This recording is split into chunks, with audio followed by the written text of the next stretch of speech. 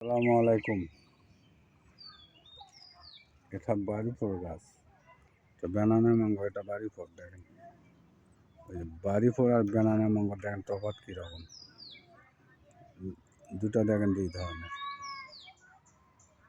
দেখেন এটা কীরকম গোল হবে, এই যে এটা কীরকম গোল, এটা কীরকম লম্বা।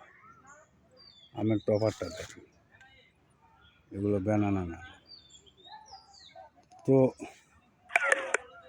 যদি আম লাগে, এগুলো 10 ইঞ্চি টপের আম যদি লাগে, স্ক্রিনে দেওয়া নাম্বার আছে, আমসহ গাছ সহ। আমার গাছ যদি লাগে ইনশাল্লাহ দিতে পারবো।